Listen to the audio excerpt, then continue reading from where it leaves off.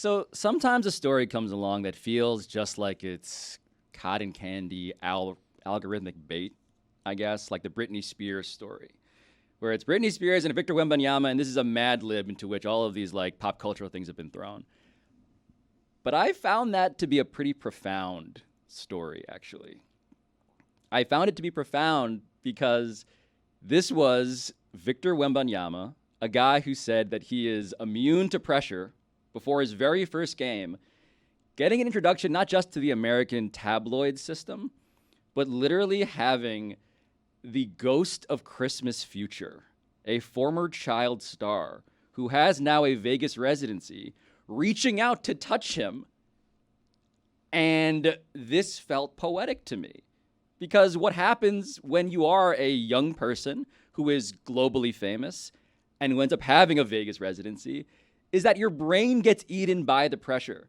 And so I've been watching Victor Wembanyama, the greatest prospect in the history of basketball, allegedly. I've been watching him through this lens. Well, that's been said, David. It's not been said that he's the greatest in the history of basketball. Yes, it has. It has been said. And then it got calibrated to since LeBron or but LeBron. But he has been hailed as that caliber of prospect for all the reasons that are obvious in this video. His height, foremost among it. But to me, like, this is about fame. And this is about how this kid is handling the fact that he just had his first game and he struggled. And then last night he had a second game and he was closer to what we were hoping, but not quite there yet. You're not judging him on his summer league stats. Please tell me you're not. I am judging how he is adapting. According to his shooting percentage in the summer league? To me, it's not even about the on-court stuff. I'm actually just judging him as a psychological matter as to how is this kid dealing with this? How is he dealing with the fact that he's being thrown into the deep end of celebrity? He had to, first of all, he's been a celebrity for a while, so this is not new. But physically, he's in America. He's in Las Vegas. Britney Spears is right there. Like, this is the most on-the-nose introduction to American celebrity imaginable. But actual celebrity contact doesn't require you to run up from behind and grab. If she wanted to meet Victor, her security could have spoken to his security, and they get together and say, hey, Britney would like to say hi. Victor would have said no problem, or the other way around. She came up, and I don't know what her situation was, but the job of Victor's security in that case is it doesn't matter whether it's Britney Spears or not. It's no one touches your client. That is rule number one. No physical touching. Here's a hot take, apparently. I don't think you should just smack people in the face, especially women that are just trying to say hello to your client. You just shouldn't hit people in the face. You shouldn't hit women, period. Yes, of course. I believe that it has now been shown and proven that, in fact, the security guard did not hit Britney in the face, that putting her arm down, her hand may have gone into her face. But, of course, we don't tell our security guards to hit women. That is absurd. The point being, though, that in the fog of being Secret Service to a celebrity, this guy intuitively reacted like someone was trying to assassinate Victor Wembanyama, and it turned out to be the person who helped me go through puberty. Britney Spears helped you go through puberty? Same.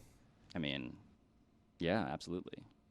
So I don't think that is in the head of the security guard. It's not in his mind. And clearly not. He barely looked, but he was, to Jess's concern, super aggressive. And maybe as a general principle, as a security guard, we should probably just not give total diplomatic immunity to security guards because their job is to rough people up. Have you ever tried to go see Michael Jordan when he's walking through an area, or Justin Bieber when they're walking through? You can't just walk up. Have you ever been assaulted in public?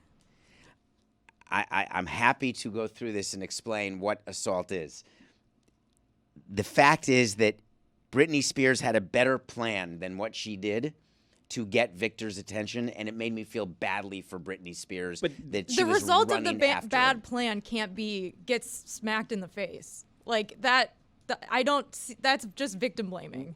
When you jump the stage at a concert, completely or different jump scenario. on the field, completely different scenario. Can you be tackled when you jump on a field? That is a completely different scenario. That is not the lobby of a restaurant. but this David. is- that was this not the is- lobby of hold the on. restaurant either. It was right in front of Catch. They were walking, and he's walking with security. You are not Yes, allowed through to a casino, engage but this is with someone. But this is my point, though. This is why the physical arrival of Victor Wembanyama is more than the abstract celebrity that he has enjoyed. It's because he went to a place in Las Vegas, which is this incubator, this petri dish of physical celebrity, and an actual real-life celebrity who is now certainly not in her prime celebrity era, came up and was like, hey, I'm a famous person. I want to talk to you. And she got smacked in the face, either intentionally or unintentionally, but that was the result.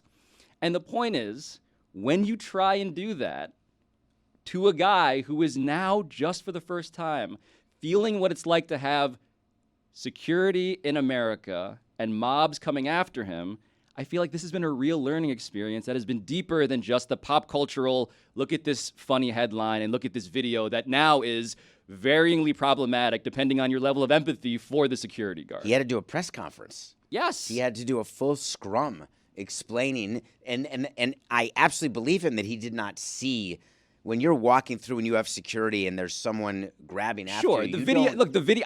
What I care the least about here is whether the security guard should be defended or convicted or whatever. Like, charges are not being pressed. I get it. It seems like a real, to Jess's point, shitty thing to have happened to a woman or any person who just is earnestly trying to reach out to somebody and then gets humiliated and, in fact, hit in the face. For the record, if this was like a fan or a little kid, I would have the same argument. I don't think anyone should get smacked in the face summarily, really, any time for any reason, like just for trying to say hi to a celebrity. I think that's absurd. Neither do I. Of course. But this now is where we get to celebrity, right? Like, and how they are protected both for reasons of need, because people are going to mob Justin Bieber, and you do need somebody to be an offensive lineman for him.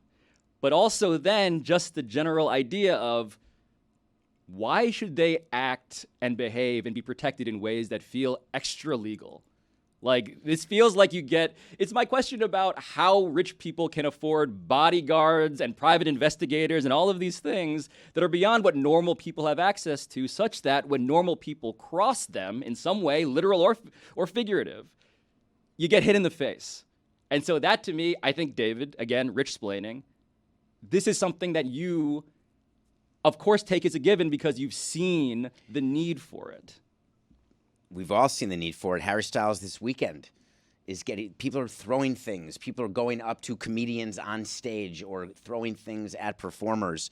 The reason why there's security is that there are people who are crazy, who believe because you get this. I've been with you when you get this, when people think they know you because they've engaged with you on TV and you're nice. But what if that person were not engaging you in a bro way? They were engaging you in a physical way. It's always bros, by the way. 100% bros. There is no question. I've never been with Pablo and have anyone other than the same demographic approach you. And I love them. Shout out to all the bros who are visiting www.pablo.show. But the point being here, David, is the Victor Wembanyama question is not just a question of his talent. It's not just a question of how many uncomfortable conversations can be generated by proxy around people who are trying to protect him. It's also, is he ready for this?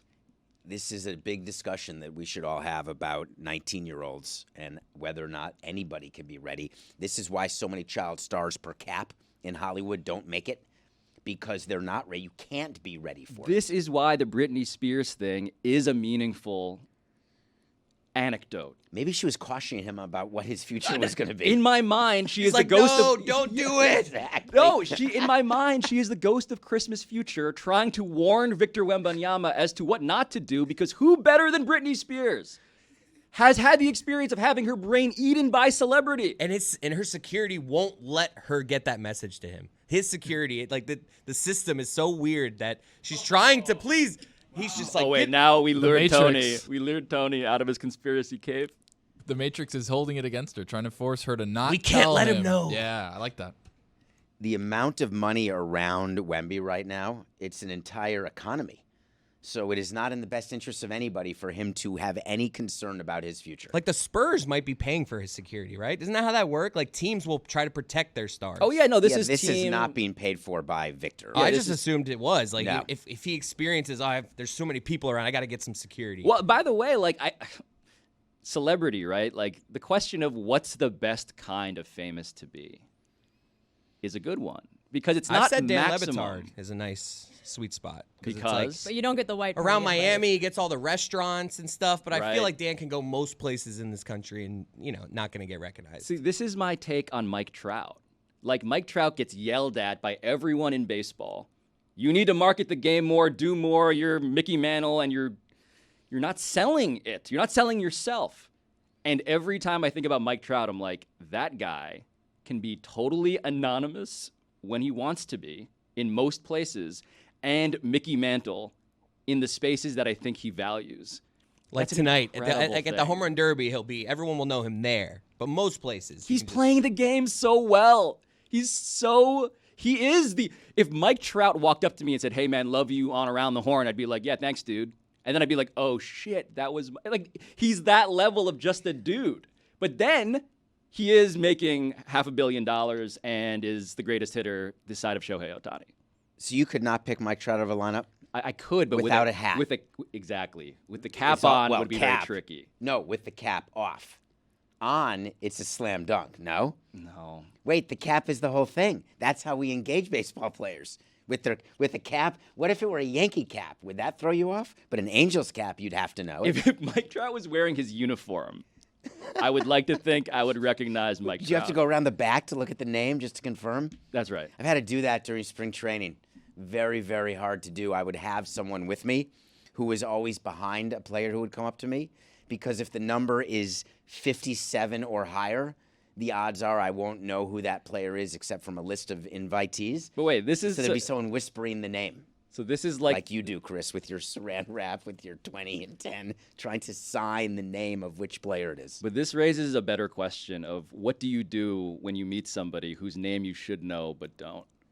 Like, what's your move? You have Oh, to it's fake super it. easy. Good to see you. Hit him with a my guy. Then they know, they feel comforted. Like, oh, I'm his guy. Like, you're my guy. You always have to say, nice to see you again. In your position, Oh no. Pablo, I would never say again. Well, that's why. Just good to see you. Good to see you. Yes. No, you introduce them to someone you're with. That's I mean, see, that's the PhD But what if you're by move. yourself? this is my boyfriend Lee. Lee, this is, and then you let them say their name. Yep. How Just long fade a away. pause This before is- it's uncomfortable, though? This is like They you're just say supposed that to know. they just say their name. I've had some awkward ones of those where it's like, hey, yeah, had this to. is and you like fade away as you're like, I'm going through the introduction. Here, meet my wife, Christy. This is.